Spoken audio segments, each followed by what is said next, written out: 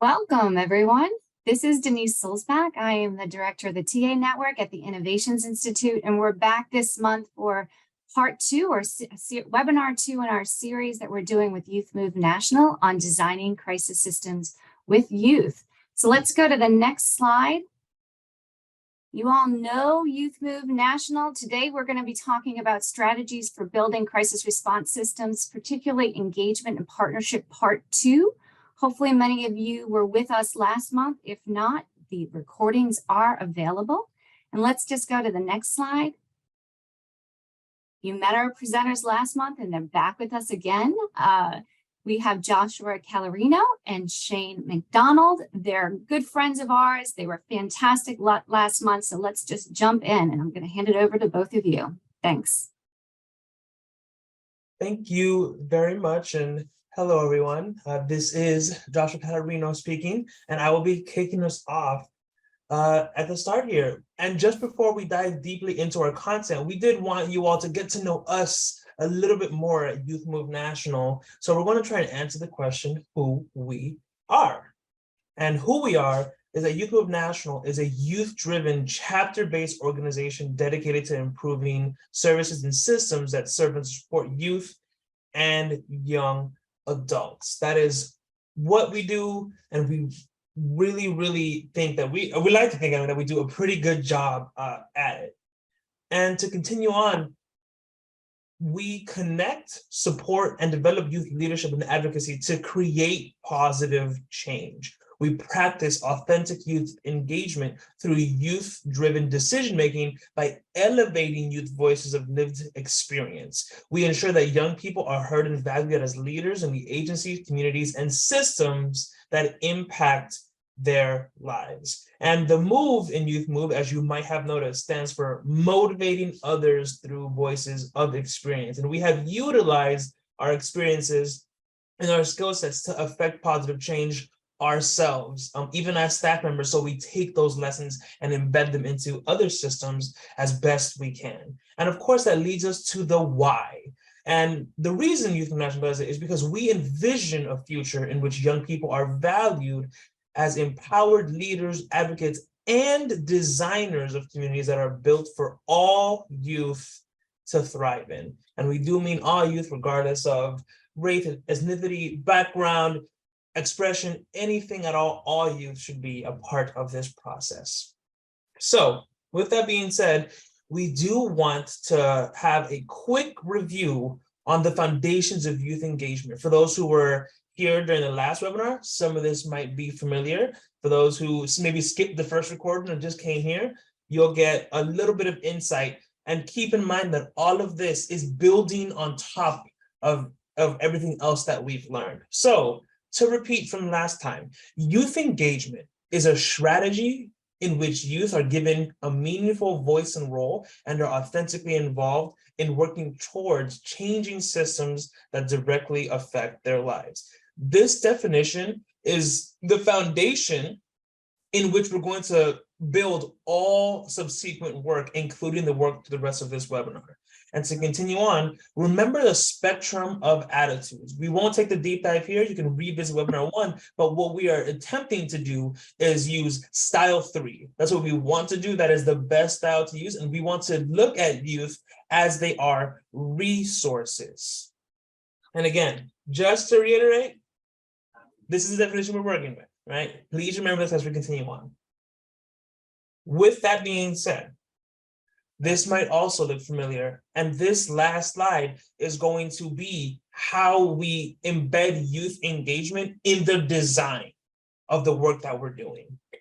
So keep all of this in mind, and we're going to embed it into the design within the 3 stages. So that's someone to contact, someone to respond, and a system to report. But that then begs the question, how? What does that look like? So that entire list, we've broken it into different parts, and we've embedded them into each one of these stages to provide an example of what that can look like. So to begin, we have stage 1, someone to contact, 24/7 crisis call centers. a way that we can try and engage youth in this process of being a part of the design is potentially by the first bullet there, build community partnerships to identify and engage youth participants. And that can begin with community asset mapping. Community asset mapping can look a number of different ways. You might hear it as resource mapping, you might hear it as community resource mapping. It's all different ways to say it, but asset mapping can be, we're going to pull in the youth in our community, pull in the youth that are engaged. We're going to sit them down and we're going to work with them to gather all of the resources that are being used in our community, resources that align with our mission and vision, align with youth culture, are effective, are efficient, are cost effective. We can sit down and have a deep dive into all of that. And what that then allows is, one, you get to be able to build tons of partnerships with other organizations that can send youth towards you. You can send youth towards them. Build this network to catch any youth that might be falling through the cracks, while also getting the pulse of the beating heart of the community, hearing it from the youth themselves. And that ties into the fact that all of these things should be youth identified. The youth should be bringing these things up. And even if you bring examples, you say, what about this org? What about that org? That then gives the youth the ability to say, oh, well, I've had an experience with them and maybe it didn't work out, or they're actually doing amazing work. You can really get to see what is working well in your community and what might not be working well in your community. And that also brings the fact, something to keep in mind is, where are these call centers located? Are they within the area? Are they going to be effective towards youth? Do they have good reception? All of those things can be important when we're thinking about this step here of someone to contact. The where can also be very important. Bullet 2 there, engage multiple youth over time to provide diverse perspectives. And to give a little bit of a briefing onto that first one on the what helps, what harms, I do want to invite Shayn to give a brief description. Thanks, Josh. And hey, y'all, I'm Shayn McDonald. My pronouns are they, them, and theirs, and I'm just so stoked to be in this space with you today. So as Joshua was saying, it's important in the name of continuous quality improvement, right, to engage multiple youth in your communities over time to provide diverse perspectives. We know that the world is always changing, right? So the experiences and needs of young people will shift and change as well. So it's essential to keep bringing new voices to the table to review and inform your efforts always, always. And one way to do this is by engaging youth and identifying what helps and what harms. What helps / what harms is a framework that we created at Youth Move National in collaboration with youth that can be used for facilitating conversations where young people can inform best practices by sharing what helps in achieving success and what is harmful in their lives. So the 3 essential questions that are used to guide conversations through this framework are: in your experience, what do you feel was working for you? In your experience, what do you feel was not working? And finally, if you had a magic wand, what would you do to get these services to be ideal and effective? So we definitely encourage any and anyone who's trying to gain meaningful feedback from youth to replicate this framework in conversations with your communities. So when we're talking about this phase, right, how are young people experiencing these initial calls or text messages? How can you create space for youth who have been through this phase of the continuum to inform meaningful conversations about what's working, what's missing, and what needs to change? And in addition, just sort of finish this bullet point here, if you're looking for where the youth in your communities are and where you could potentially identify these community assets, look to community centers, YMCAs and JCCs, faith groups, and city or locally run youth programming. Tapping into existing youth advocacy groups can also provide valuable insights and guidance on how to best engage and participate. Engage youth participants in any kind of governance or oversight opportunity that you're trying to create, as well as potentially create more opportunities for contact with young people who you can invite into these conversations and directly into these efforts.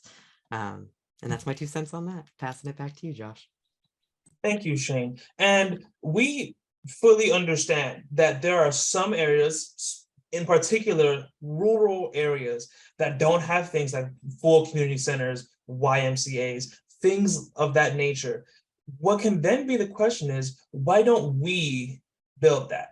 I'm sure we've heard the phrase at one time or another, if you build it, they will come. So if you can potentially be the provider of one of these sites, that is an amazing way to be able to engage all the youth in your community and get those diverse perspectives. And this conversation leads us to our last point, which is engage seasoned youth partners and mentors as peer leaders. So that begs the question, right? How to engage peer support in someone to call, right? So what about follow-ups? Can we do text check-ins? Can we have group space that is held regularly? The thing that happens often in communities is you get these youth, you embed them into the system. Sometimes they don't work out so well and they burn out and they don't have successes, but there are maybe an equal, if not more, amounts of youth who do have successes, work very hard, grow up and become these amazing and entirely fulfilled individuals through the work, and we just kind of let them go. We're just off by the wayside. But how can we take that knowledge, keep those perspectives, and how can we embed them into what we're creating? How can we get that feedback and use that feedback to, one, cultivate the next generation of youth that are coming by, but also make sure the work that we're doing maintains its effectiveness? And with that, I'm going to move on to the next slide and pass it right back to you, Shayn. Taking it back. Thank you. So in the second phase of someone to respond, or these mobile crisis outreach teams that may arrive on the site of the crisis, we want to remind y'all again from our first session that it's important, whether we are partnering with youth as designers or users of this continuum, that we make an ongoing intentional effort to understand and value youth as individuals with real and valid lived and living experiences that are happening right now, right? Who are experts on their lives and stories in a way that no one else can truly be.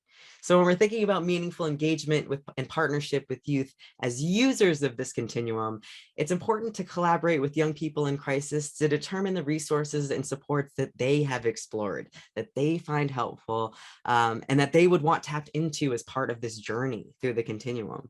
Really focus on their strengths with the ultimate goal of empowering that young person and fostering their autonomy and control during a time where they might not be feeling so strong or may even be feeling powerless in some ways, right? These are their lives, and we truly exist to serve as facilitators to offer these resources and supports for them to be able to ultimately live authentically and independently aligned with their truths, desires, and even their bigger dreams, right? So this is all in service of that.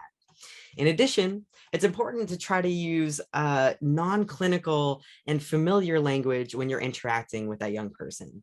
Too much jargon or leaning into clinical labels and narratives will create a disconnect between that young person and any member of the crisis team that they might be interacting with. It may also create a situation where that young person's definition and interpretation of their experience may be overshadowed or undermined, which is, of course, never what we want. And in the name of today's presentation, which is really in service of how best to engage youth and young adults as partners in designing these services, this is all really, really important, right? Including in what this phase of the continuum looks like. Really honor the individual identities and lived experiences of every young person you engage in these spaces and conversations. Use language and approaches to engagement that both empower those young people as well as equip them to feel fully oriented to and prepared for any topic or effort they may be invited to inform. We also encourage you, again, in the name of continuous quality improvement, to regularly hold spaces and opportunities for young people who are moving through this phase of the continuum in general right now, or who have already moved through this continuum, to provide meaningful feedback about what their experience with these services was like. And again, you can absolutely use that what helps, what harms framework. It's just important that we continue engaging multiple youth over time, again, to provide diverse perspectives.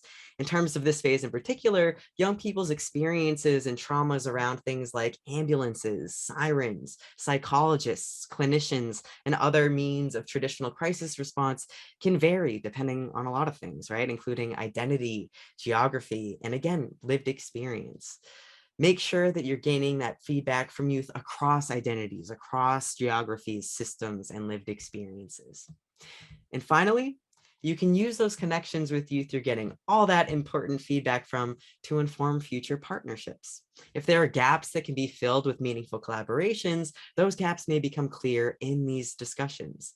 And then you can continue your connections with these young people by inviting them as consultants to support the evaluation and continuous quality improvement of this phase, as with all phases of the continuum. We just always ask that you try and provide some kind of compensation when partnering and seeking feedback from youth, which can be financial or through other creative incentives, of which there are many. And Joshua, would you like to add something? I would. Let me Sure. lower my hand for this so it doesn't stay up forever. I could feel like this can beg the question of, we've talked a couple times now about, right, engaging multiple youth over time to gather diverse perspectives and gathering feedback and things like that. But I want to give a bit of a more concrete example about why that's important. And to provide that, I'm going to use myself as the example here. I can recall when I was way younger, I'm talking like middle school, early high school, I had, for example, a very different relationship with, say, police officers than I do now in the modern day. From then to now, there has been a lot that has gone down, specifically around things like the Black Lives Matter movement, but also a lens and a scope being shown around things like police brutality, the planting of fake evidence, right?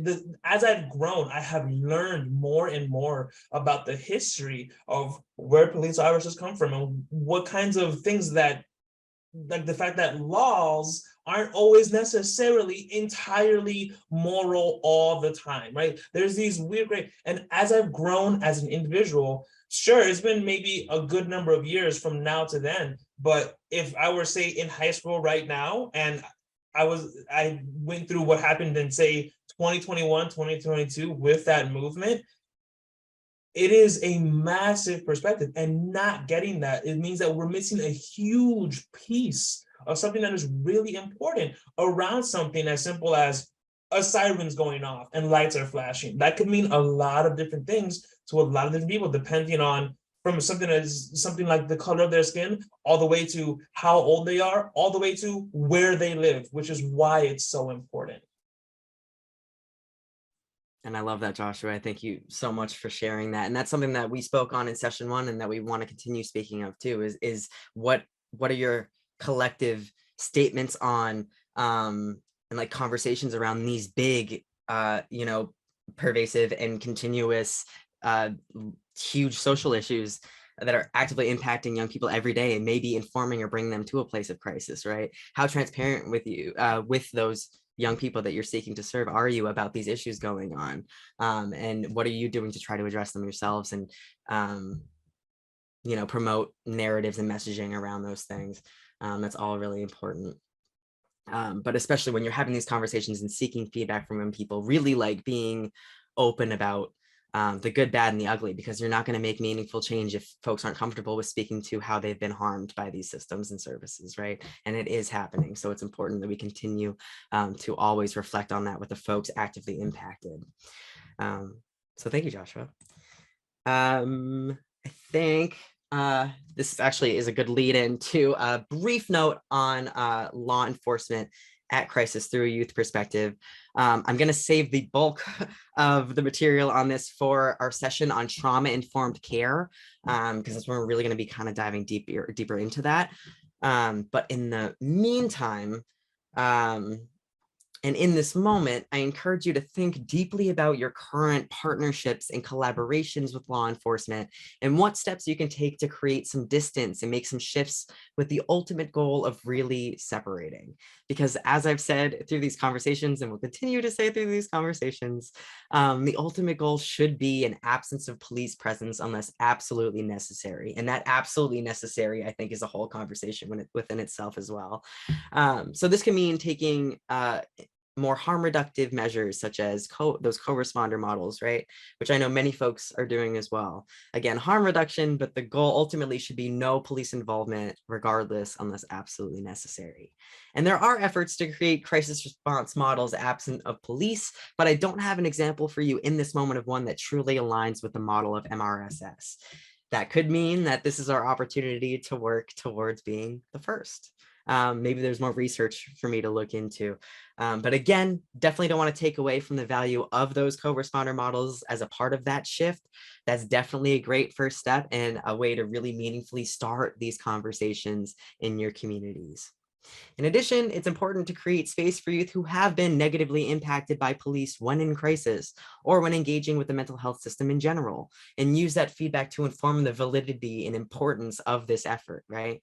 And make sure, really make sure that these spaces aren't filled with cisgender, heterosexual, able-bodied white youth and young adults who most often have a drastically different experience with law enforcement personally and intergenerationally. And don't just hold space for this feedback to advocate for separation from law enforcement, but invite these folks, recruit them to be at these decision-making tables to actively inform these services across the board. And ultimately, we should be unpacking and shifting how we embody carceral practices within these services and even within the mental health system at large. Because as I've said in previous conversations, a lot of these harmful measures we're trying to steer away from and distancing from police involvement are unfortunately being replicated by mental health providers. That's why, particularly in the adult peer movement, there's a lot of pushback on this narrative of replace cops with social workers for fear of it being more of the same in different clothing, if you will. All in all, and I've said this before, I'll return to this statement, an anti-oppressive or justice-oriented approach to mobile response and stabilization services, as with all mental health services, must also be anti-carceral.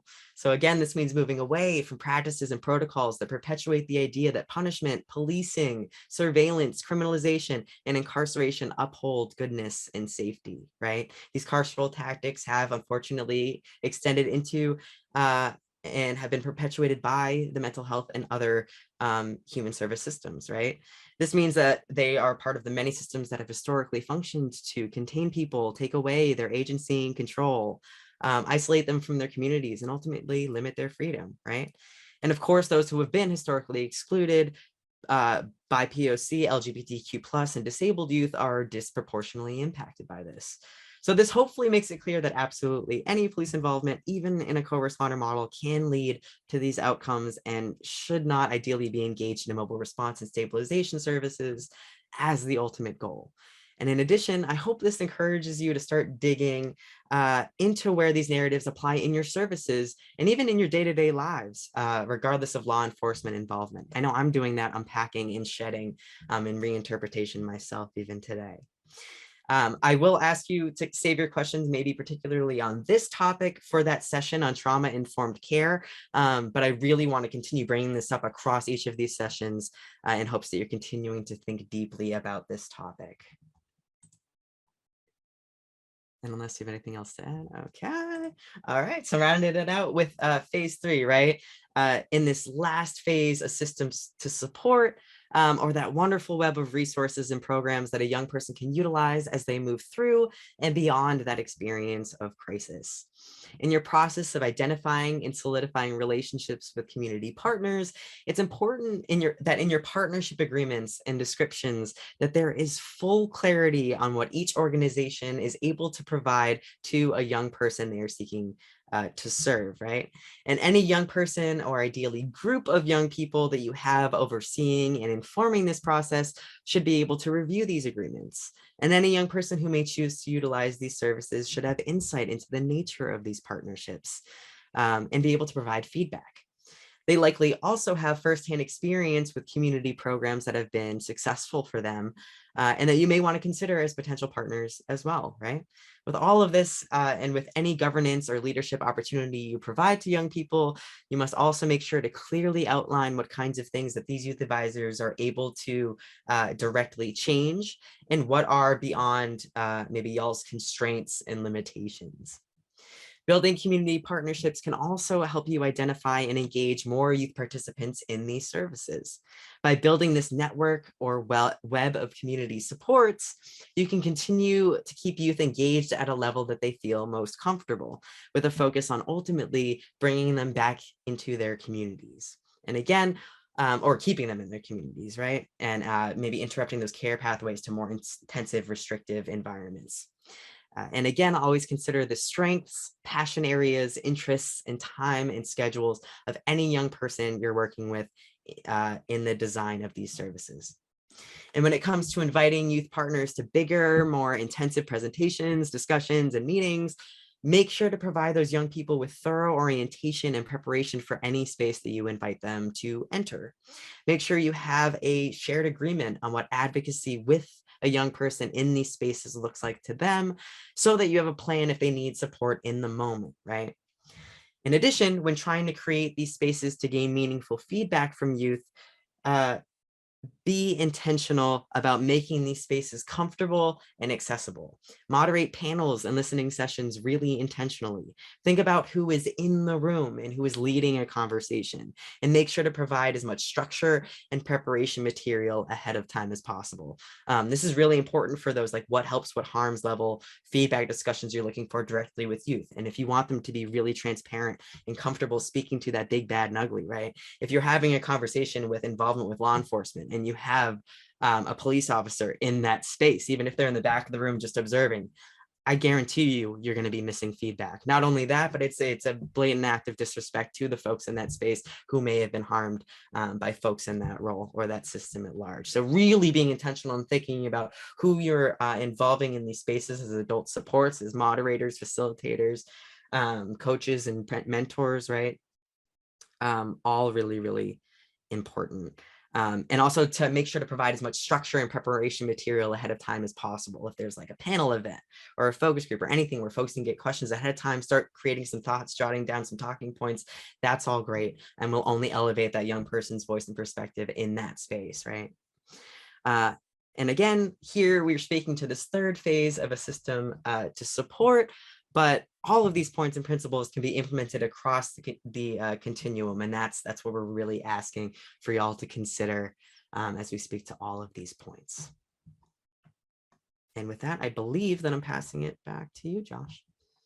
That's right. And again, just to reinforce the fact that what we've done here is we've taken each stage and we've embedded a couple of the points at the top to be able to work with. But what's important to keep in mind is that improving the youth engagement process is not a static thing. Even this list is not entirely comprehensive. This is living and breathing and needs to be adjusted based on your culture, the group of youth that you have, what their needs are, things like that. All of that needs to be embedded. So this list is including, but not limited to. This list is, here are some best practices to get you started, and embed this at every level.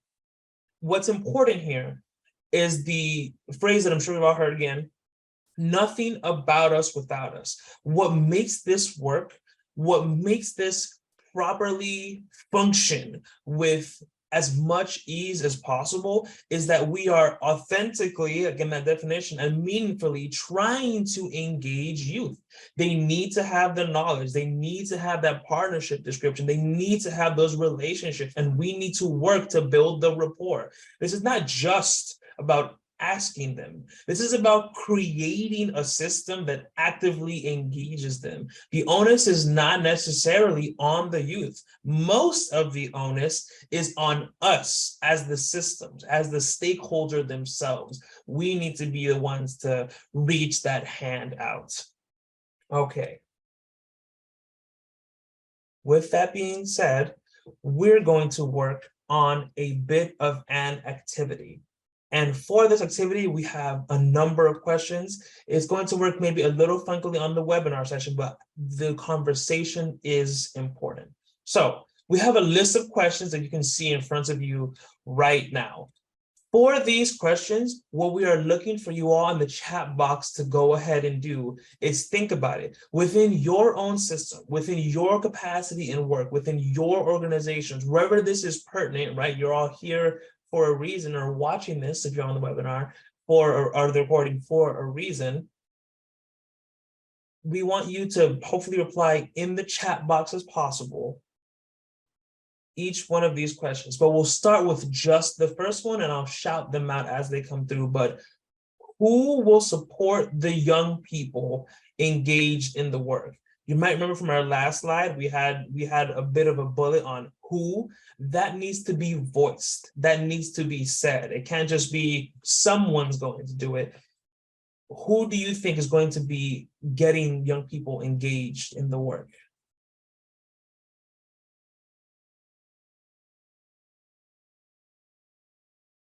I see Amanda adding social work staff, righty, appreciate that. Getting a few seconds of time, right? A youth coordinator. That's a wonderful example, Celia. Yes, a youth coordinator is highly important. And the importance of the youth coordinator happens because you have staff that is specifically dedicated to this work. That is really important. It happens oftentimes where it's just they'll take these kinds of roles and they'll just tack it onto another role as a package and then deliver it. That is oftentimes unfunctional, not great, and leads to a lot of burnout. And I see Amanda also adding, right, youth peer support and also some outreach. Yes, outreach is highly important. Really good. So with this in mind, as we're speaking, and again, think about this deeply. As if you're watching the recording, you can think about this as well. Do your current processes need to adapt or shift to include youth voice? And if so, how? That's a yes or no question, but if you can tell me yes or no and how, please do so.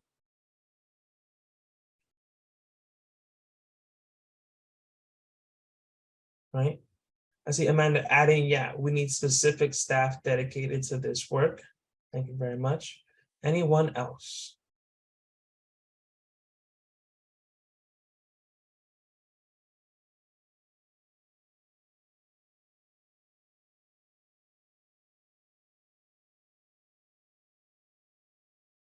I will say this is in service of collective growth and shared learning. So if you're feeling a little bit shy to speak to any barriers, please don't. I hope that you don't feel that way. This is definitely an opportunity for y'all to learn from each other too, right? Because if you're facing a barrier, maybe somebody else has a way that they've navigated it, even outside of any guidance that Joshua and I can provide. So really want to gauge y'all's knowledge and experience in this space as much as we want to share ours.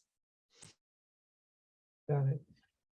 And Megan, we see your question in the chat. We're going to hold on to that real quick and get back to it. We might need some added detail, but let's think about the next question then. Which young people will you recruit and how?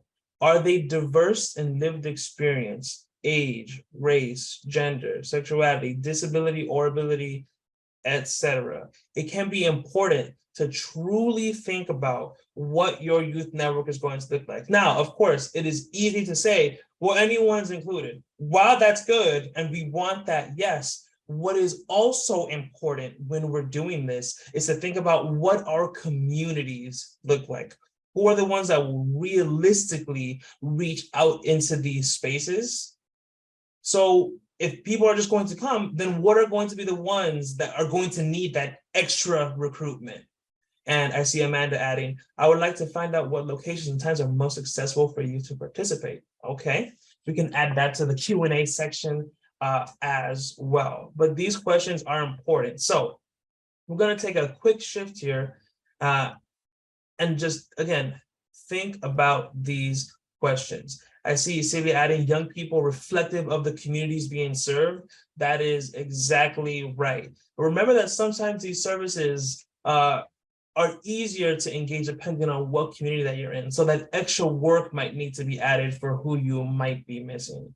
But this leads then into the question of what is your goal? You have to have a goal, we have to have a mission and vision, and it needs to be concrete, it needs to be actionable, and it needs to be easy to understand, not just for the staff who are working on it, but for the youth. If you want youth to assist you in these goals, maybe they should be a part of that process, the creation of what that goal looks like. And then, of course, you have to set your deadlines. It can't just be work in perpetuity. Realistically, how long do we think this work should take? Now, I understand as much as anyone else that this work sometimes moves very slowly. But if it moves really slow, it can be a 3-year plan, a 5-year plan, even a 10-year plan. But it's about setting that deadline to make sure that we can actually measure our progress. And of course, we have that last question. Where will you meet to do this work? Where will the final product take place? Where's the happening going to happen? Okay. With all that being said, we do want to, one, get to those questions. They were very good. But two, give some examples of some roles that we have for youth in the design. This chart might be familiar for some of those who were watched or were at the last webinar. But again, we can inform youth, we can consult, involve, collaborate, and empower youth. We can create all of these things. So maintaining the list that we were looking at earlier, this list right here, how can we embed all of these things into what looks like this right here, into actual verifiable roles for youth? Can they be creating the websites? Can our websites be made to inform the youth? Should we be creating focus groups?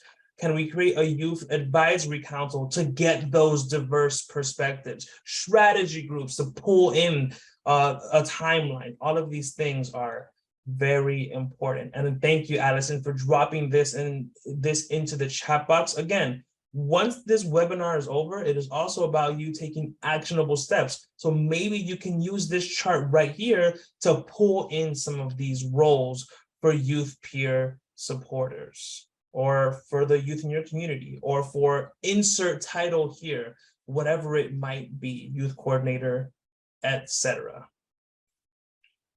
Okay. It seems like we have some questions on actionability. So what I would like to do actually is move to the questions right at this moment. And I believe, Denise, you have been keeping track?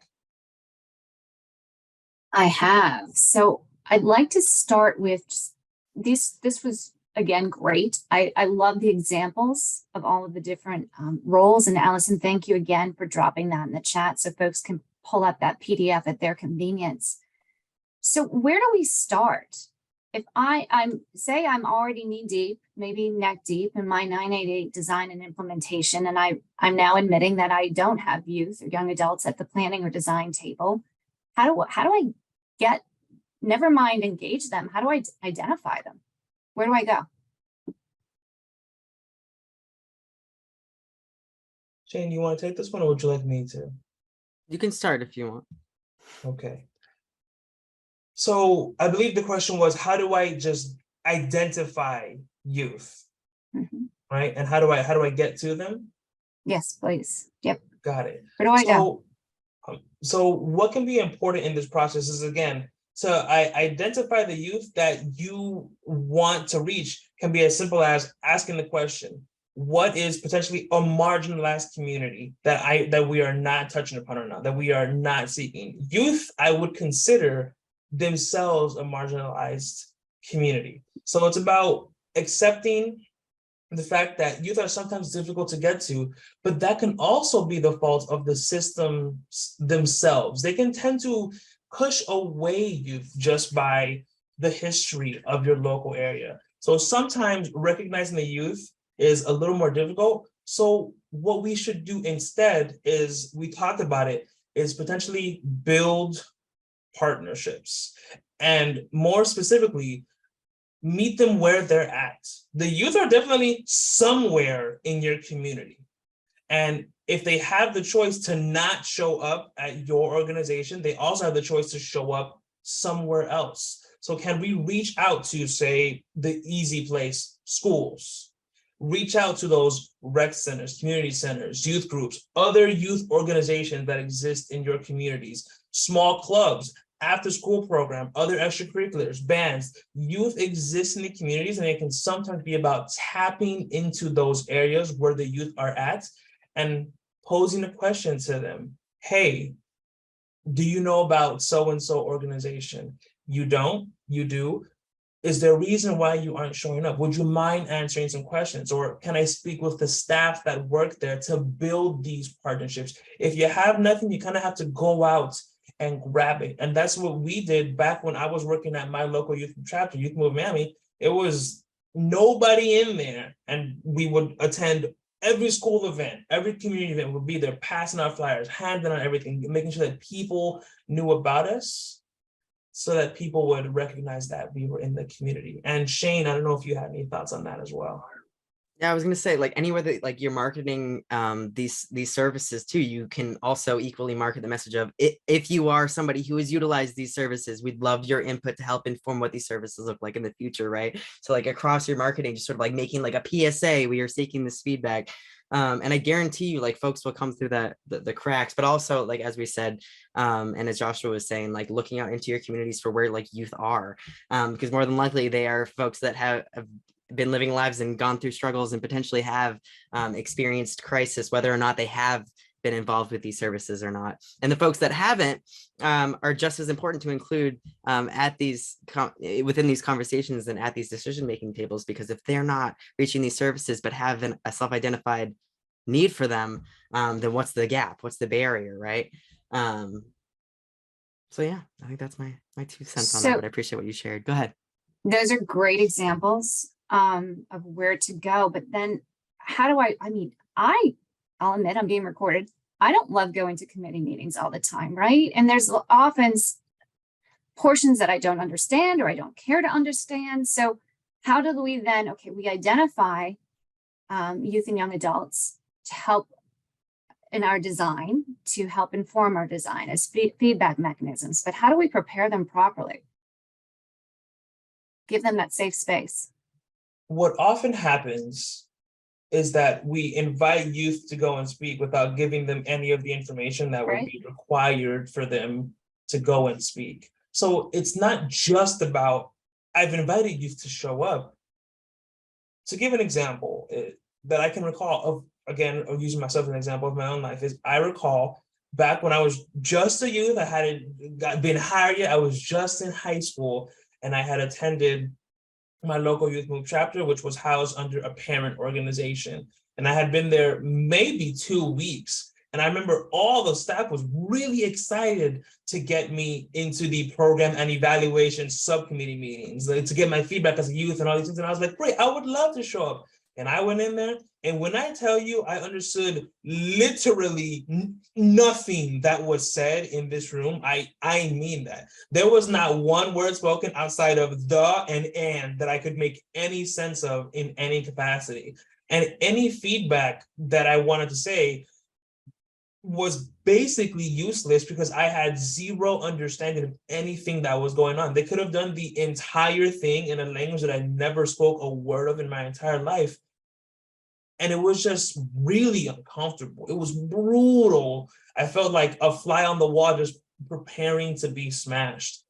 What helps alleviate that is, again, not just creating the space and inviting youth, but again, putting in the work to teach the youth what they need to know, provide mentoring and coaching. Here, provide them agendas in advance, definitions in advance, ideas around what the funding looks like in advance, the bylaws. All of these things can be important, because what we need to do is not just create a space where youth are going to be able to get stipends, although stipends are very important, and I highly promote everyone stipend to provide other ways to value your youth. But the meeting itself needs to be of value. I, as a youth, need to feel like I'm getting something out of this meeting, whether it feels like I'm being heard, I'm learning something. Ideally, both of them at the same time, along with other compensation as well.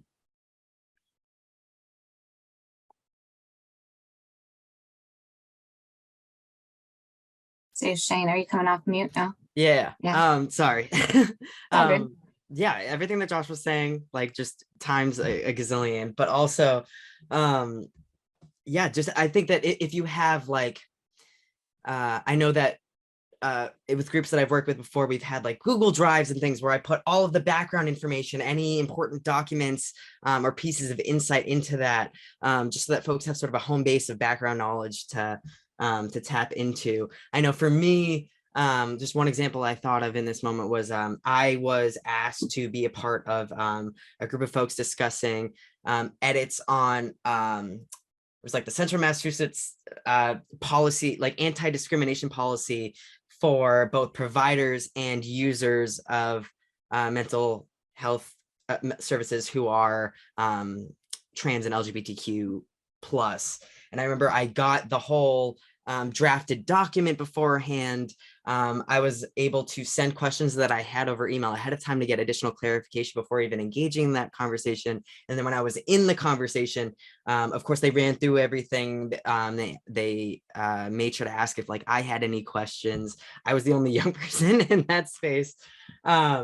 And that was only one conversation. There were a series of them with more youth that were invited to inform it. But for me, like being equipped, having that knowledge and having that breakdown of jargon or acronyms or more like system heavy language is absolutely huge. So really making sure that young people feel prepared just because they might not be on the same channel in terms of that jargon and like system specific language doesn't mean that they don't understand the core of what we're talking about and have the lived experience to be able to inform changes around that. Yeah. So thank you for sharing your experience specifically with that committee. And you mentioned I was the only young person. So I've been in rooms, Shayn, you both are amazing in providing feedback on national documents at this point, but what did it feel like when you were the first time and you were the only young person in the room? How can we make that better? How can we make that, other than getting more young persons? I think unfortunately I see a lot of the time there will be these big events and they'll have like one young person with lived experience that like gets all of the pressure and the highlights on them. And a lot of times I find those folks not necessarily speaking too boldly or speaking too much against how wonderful these programs and efforts that they're representing or there on behalf of are, right? So I think that definitely that's not ideal. You don't want to have one token spotlighted young person representing an entire community of folks or an entire effort or perspective, right? That's why I encourage y'all, and Joshua and I continue to encourage y'all to seek the feedback of youth in your specific communities and not just take everything myself and Joshua say as like the national youth perspective on this work, right? Our feedback is a culmination of a lot of conversations and knowledge that we've gained through conversations with other young people. But all in all, like the more the merrier. You never want to have just one young person and say, yeah, okay, we're youth informed. One, because that's not true. You need more than one person. And two, because that experience from the perspective of that young person can be like not so great, right? Yeah. So that's my piece on that. If you wanted to add anything, Josh. I do. And right, that question was digging deep into what if I only have the one? And that happens. Sometimes you only have the one youth. And what I have found that has helped me in particular, it might not work for all the youth and everything. What happens in spaces like that is we've created a meeting, a group, an event, whatever it might be, and we've invited the youth to be here and provide feedback. That sometimes always feels a little funky. So what has helped me in the past is we're building something, and you are at the center of it. You like you're the star of the show. Like you're supposed to be here. So it's not we've created something and we're building it. It's we want you to essentially be an equal partner with throughout the process and the creation of this. So your feedback is not only going to be helpful, but is quite literally invaluable to what we're creating. And then also on top of that, allow them to invite a friend, a family member, right? A supporter to come along with them. If it's quite literally just them, maybe they can bring someone that of their chosen family or friends that they feel like will be able to support them throughout that process. That's such a great suggestion, Joshua. Okay, I'm going to ask you to get a little raw here. Can you, because we're all human, right? And we learn from our own mistakes. We've got to own them, and that's how we get better. So do you have any experiences that you were asked to join a group, you were maybe the only young adult, and something happened that you're like, I never want to go to that table again? Help us learn what not to do. I have an example of this. I have a few examples, but the one that comes to mind, and the one that I think I've said this maybe during the last webinar, but truly at the end of the day, what is really key is to have open and really honest communication with the youth. And I don't mean just like, yeah, we're gonna have a meeting. I also mean where I've had degreed doctors come to me and be like, I have no idea what I'm doing. Like I got nothing. And that is helpful. That is really helpful from the youth perspective to know it's not that this person has all the answers and I'm just someone. It's this person has no answers. Like that's why I'm here. And having that perspective makes sure that my answers are more helpful for the both of us, more helpful to them, more helpful to me. But having that honest communication, if I give feedback, it goes somewhere and someone is accountable to make that happen. Someone in this organization, someone who exists, and we talked about this earlier in our slides, someone is named to be responsible to make sure that happens. And if it doesn't happen, someone is then held accountable for it not happening. And then I get that feedback. Here, with the work that you provided, with the feedback you've given, we've created X thing, website, flyer, made this group, adjusted this, and I can see those results. Because I can go to any group and not be listened to. I can go anywhere to do that. What makes me not want to be a part of a group is being at a group and basically not having been there. I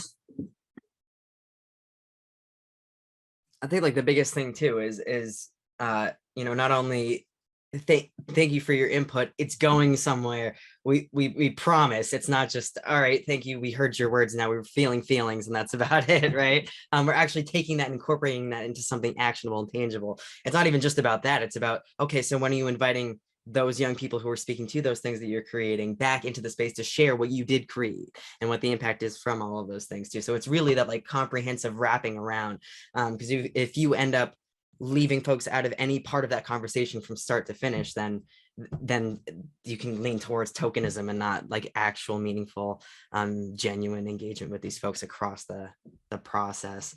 Go ahead, Josh. You're so fast. And another thing that keeps in mind is that oftentimes another thing that happens is we tend to really underestimate youth. I've always heard that language of, are we sure the youth can do that? It's like, I'm a whole thinking being too. Like I have a brain in my skull as well. Now I understand that I may not have a degree in all of these things, but youth are perfectly capable of doing things as well. So it can also be about, yes, about providing support is really important.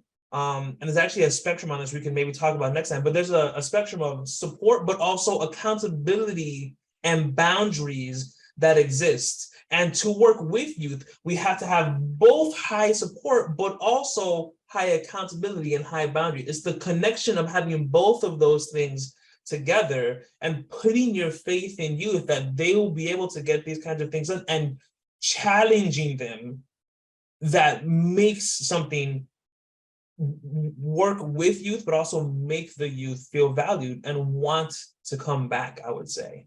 Yeah. So when you were talking about adapting or shifting processes, you asked folks if they could think of any processes or procedures that they need to start adapting and shifting. Megan asked for an example of how an organization might incorporate this. So can you give an example of a shift in a policy practice that shows youth value, young adult value? Yeah, actually, I already have an example ready to go. This is convenient. I've brought this up a lot of times, but it's because it was so successful in my life. I used to work as a lead peer at the Federation of Families Miami-Dade chapter, and that they had a grant that was at the time, not going super well. Like there's like evaluations weren't going well, like youth engagement wasn't going well. There were just like tons of issues happening. And despite constant probing and constant asking, for some reason, people like couldn't get to the bottom of it. And it's because they weren't asking the youth.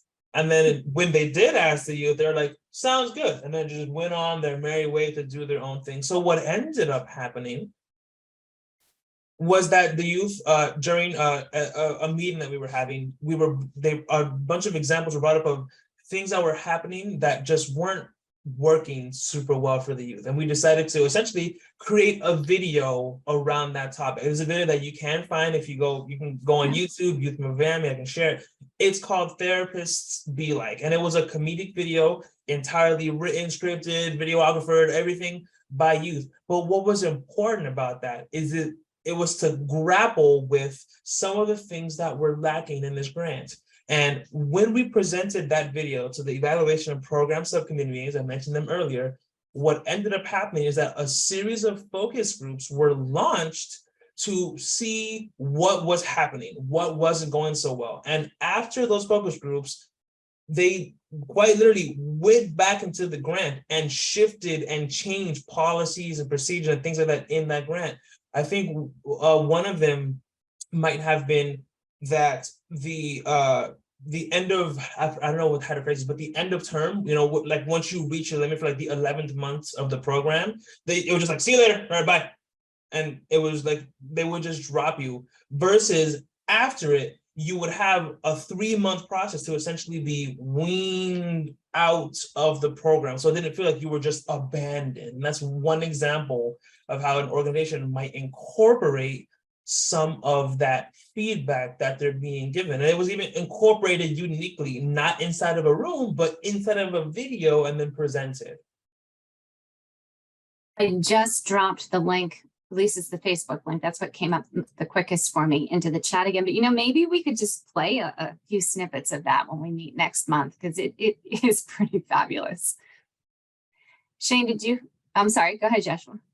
No, I just saw Megan say thank you. You're very welcome. Shayn, did you have anything else to share about that? No, not on this one.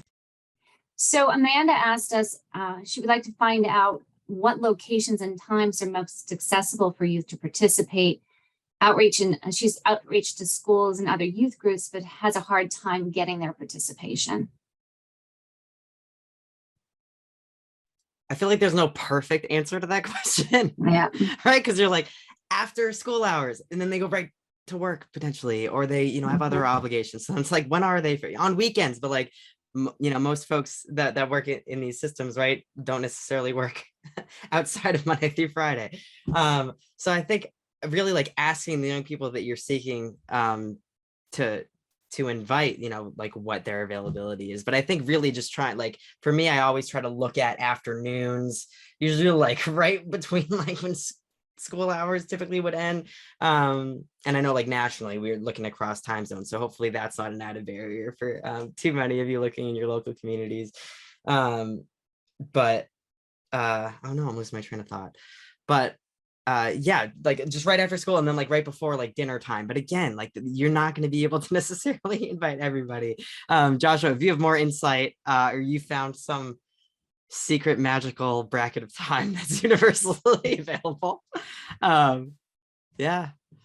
So to your point, there's not really a perfect answer to this, but there are some things to help make it a little more successful. And sometimes it's very common sense. So an example, and this is an experience that I've had before providing technical assistance to other sites, is they used to say, well, we set our meetings to be at 3 o'clock. I don't understand why the youth aren't showing up. And it's like, yes, youth are generally out of school, at least in my area, by 3 o'clock. The issue with that is I didn't get out of school until 2:30, and the only way that I could get anywhere was on the bus. And the soonest that I could ever get there was maybe 50 minutes later. And that would also not include me having to get back home, my extracurricular activities, or all the other things that would be involved in that. So what would help, for example, alleviate that issue is if I were, or rather they were, I'm the youth in this equation, if they were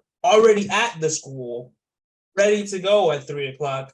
Now I just have to walk down the hall and I'm in the room where that meeting's taking place. So this ties back a little bit to the idea of meet them where they are. And I see that you've done outreach in schools and other youth groups, and you have a hard time getting participation. That's absolutely true. But I would also offer that schools, in my experience, are notoriously difficult to get into. Like, doesn't matter who you are, they're just hard to. So it can be potentially, can we switch up to that community center that we mentioned earlier, that YMCA, that Boys and Girls Club, other youth organizations? Is there an easy example is there a youth move chapter in that area that already have youth showing up? But there are tons of youth groups all over the country that aren't also Youth Move National that we can also try and reach out to, rent space, and they're already going to be there. And again, if we can tie that into with the fact that if you can, man, pizza is such a good idea. I know it sounds bad, but having food there is really good for you. Providing that compensation via stipend or gift card or whatever you can do. And again, that third thing of making the meeting valuable is so important. Because, for example, the way that we recruited youth back when I was in my youth chapter, just as a participant, is I had such a good time being there that I invited my friends to come. And my friends that also went there where I met them, they also invited their friends to come. So that word of mouth piece is really important, because someone who works somewhere is like, it's their job to say it's really cool. But if, my buddy Jerry is like, this place is awesome, it changes that perspective. I was going to say too, like if you can create more opportunities where you have something earlier in the day, but then you also, if you can't make that, we have an opportunity later in the day. Maybe you can have something maybe on a weekend day, you know what I mean? To try to like capture everybody, even if not everybody can attend the same singular space and time, can be helpful. Oh, and I also totally forgot. I see Amanda saying, right, rural area and things like that. Another thing to do as well, and I'm preaching to the choir here. Nobody wants to be on Zoom all that much anymore. But if we can make hybrid meetings, that's another way that we can really go. Maybe have that place in school, but let's say someone can't attend in person, they can also attend from their living room, right? They just need to have a computer or a phone and they can call in. Being able to engage you with technology as well can be really useful. Cool. So I love the what helps, what harms framework. Do you know off the top of your head, and you may not, but any ahas that have come to you while administering that framework? It's hard because go ahead, Joshua. I'm sorry. One that comes to mind, and one that we say often a lot is what is, at least maybe in my experience, but what can sometimes be harmful, I think really important, is language. Even language that we don't think is harmful. An easy one to think about is kiddos, that kind of language, while not always difficult, can, at least to me in my experience, was devaluing. Like I was showing up in a professional meeting and it'd be like, hello, child that is here who doesn't know anything in the universe. So it can be important sometimes to know what helps, what harms. Simple things, even like the way that you use your collective nouns, can potentially be harmful to the youth that are in your space and not make them want to come back. We don't want to other our youth. We want to value them as equals in these spaces. So for what harms, it can be language, and for what helps can also be language, depending on how we use it.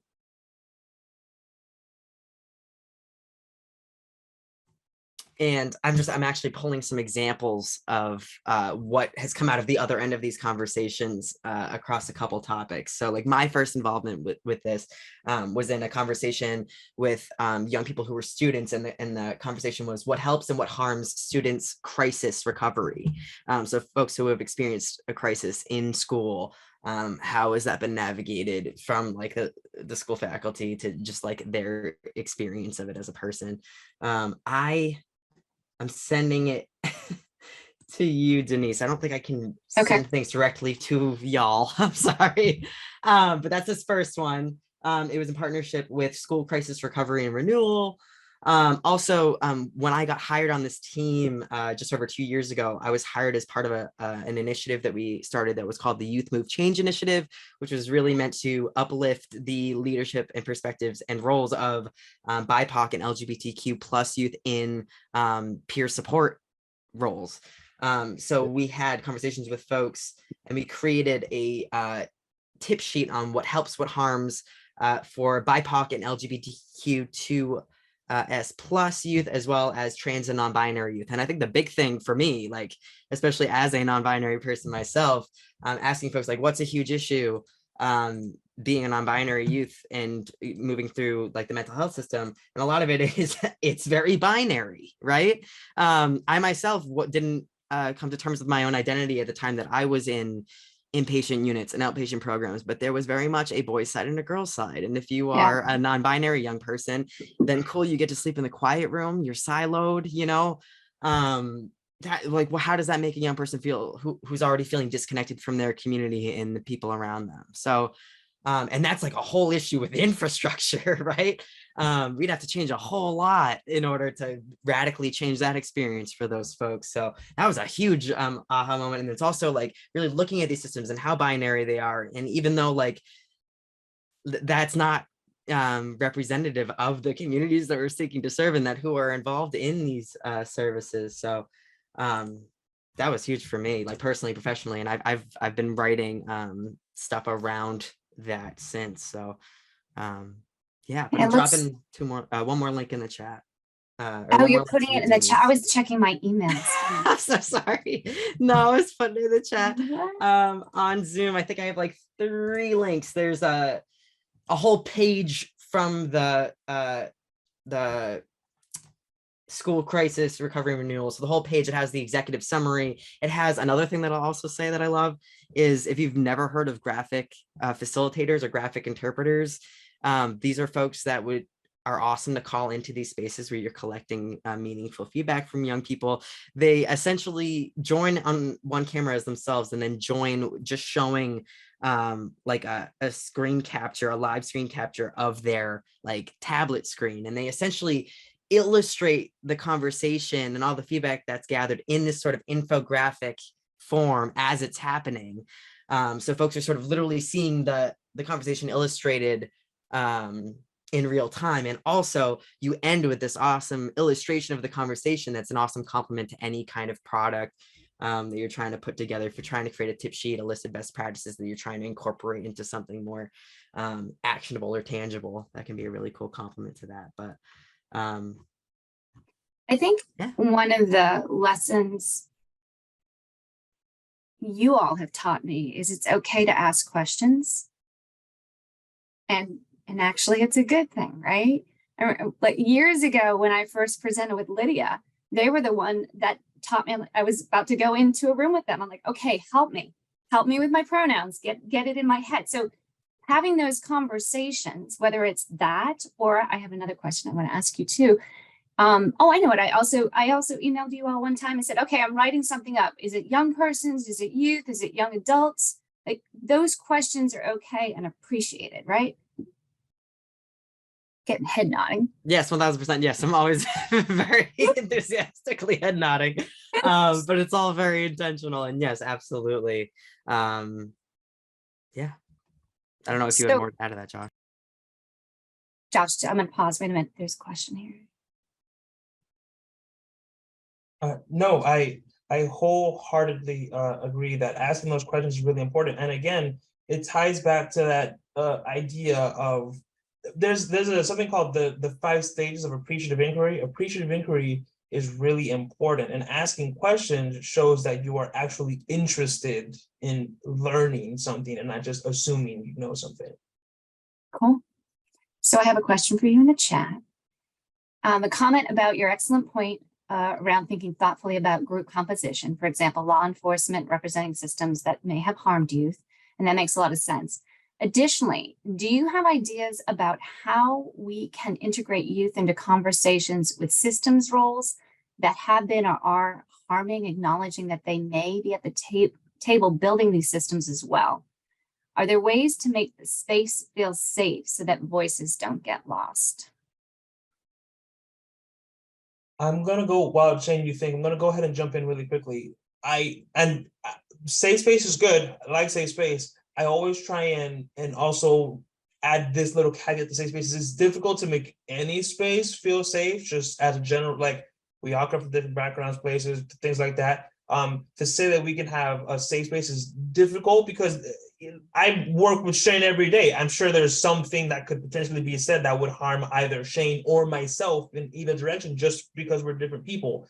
With that being said, the or small thing. So I try and use also brave space instead to make people feel comfortable enough to step up. But that's a separate thing. To create a space like that, I think, and I see additionally, you have ideas on how we can integrate youth into those conversations with systems. It could potentially be that we ourselves, right, we're working in these systems. We can create the space to have the conversation, right? Set up that meeting, pull in these places, right? Get them into these rooms. And again, having been able to sit down with the youth and show them, teach them, like, hey, this is what this group is about. This is our goal with this meeting. Do you agree with this goal? Can you speak on this? Do you want to bring anyone with you? And then I think the biggest thing, being able to bring a lot of youth with you into those spaces does two things. One, the youth feels good, they have their friends with them.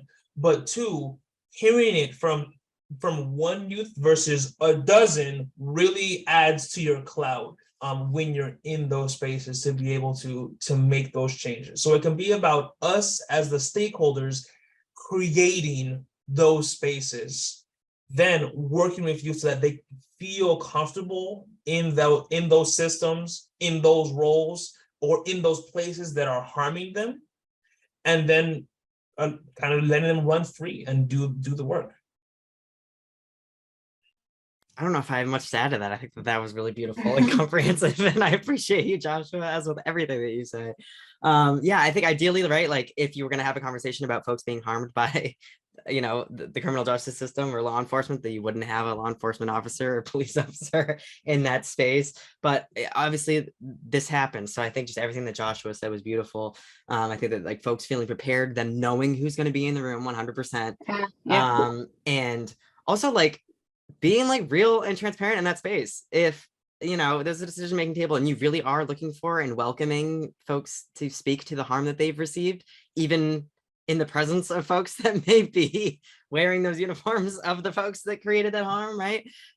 Like be open about that. And then if you like, granted, I'm not going to speak to anybody who has had direct experience with being harmed through law enforcement, but like if a group of young people who have been impacted are able to speak boldly into a space, and that lands not only in a way that doesn't bring consequences down on them, doesn't take away their freedoms or get them re-involved with a system that they don't want to, get re-involved in and have been harmed by, but also like it goes somewhere tangible and loops back around to them, then that's great. Like I want them to be able to speak boldly in spaces with those folks there. I think that that's really important.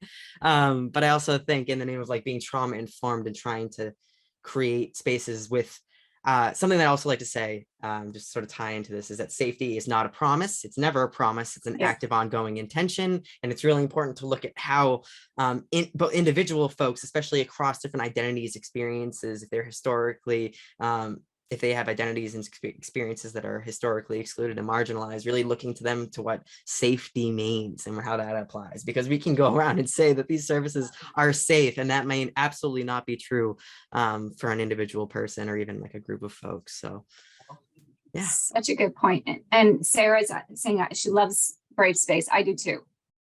Joshua, you just coined our new term. Shayn, I'm going to go back to you. And you said something during our first session about the word stabilization and how that made you feel. And here we are. This is the whole model. It's the name of the model. We didn't get the young adult input, right? Can you talk a little bit more about that today? Well, I think that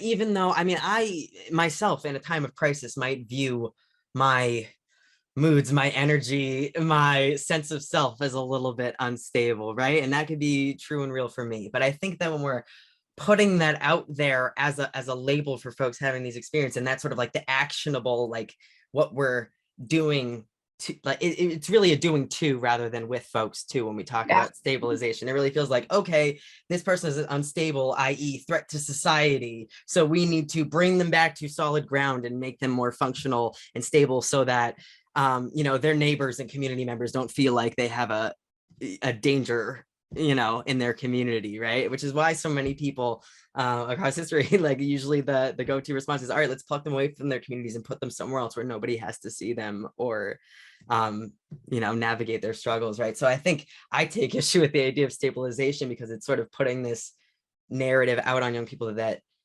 they're unstable or not grounded or not maybe in touch with themselves or their truths or an understanding of what they're going through, because a lot of the time, absolutely they are. And it's also, again, sort of like doing too, it takes the humanity for me, and a lot of folks that I've talked to and in these sort of like lived experience peer movements, like away from those people. These are human beings, right? Not cases, not like risk factors, they are human beings with real living experience and wisdom and knowledge over what they're going through, that nobody else can hold. So really trying to honor that, like across language, is absolutely huge for me personally, obviously, and professionally.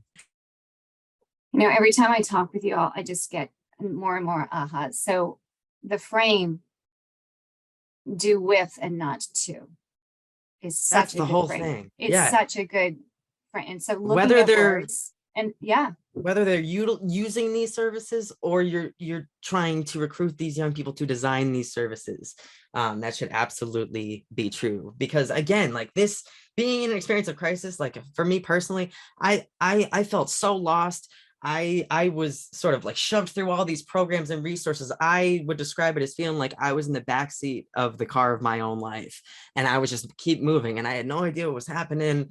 I was falling behind in certain ways. I didn't get a whole lot of choice, all of these things. It felt like, as with the crisis, like this was happening to me. But really, I think these systems should service to empower young people to reclaim their lives and move forward in a way that feels good and true to them with these supportive resources, right? But not to move further and take further control away from them and make them feel even more out of touch with what they're going through or the path ahead, right? It's all just super important. Super important. You guys bring me to tears sometimes too. I think this is a great way to end. We don't have any more questions. May we all go forward doing everything that we do with and not to our young adult partners. We appreciate you, Shayn and Joshua. We appreciate all of you at Youth Move National. Everyone, please come back. Oh, we have a chat. I had a youth described it as, I am no longer the main character in my own life. That's it. Gosh, Karen, thank you for sharing that. Wow.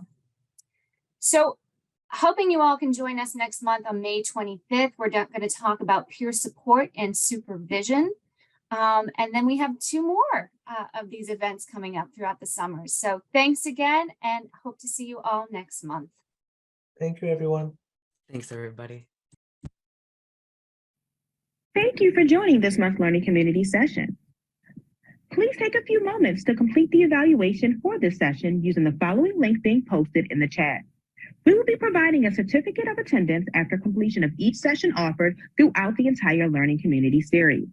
Please make sure that you are registered with the same name that you used to log into each session so that we can confirm your attendance and the total time you were a part of each session. Please allow up to 10 business days for your certificate of attendance to become available in the Innovations LMS. Any presentations, resources, and recordings will be made available to you within the Innovations LMS. Once you are registered for the Learning Community, you will have access to all the upcoming and previously recorded sessions. We hope you join us again for next month's Learning Community session. You can access the Zoom link for each session and download a calendar appointment for that session by logging into the Innovations LMS, access the Learning Community curriculum, and click the View button for the upcoming session.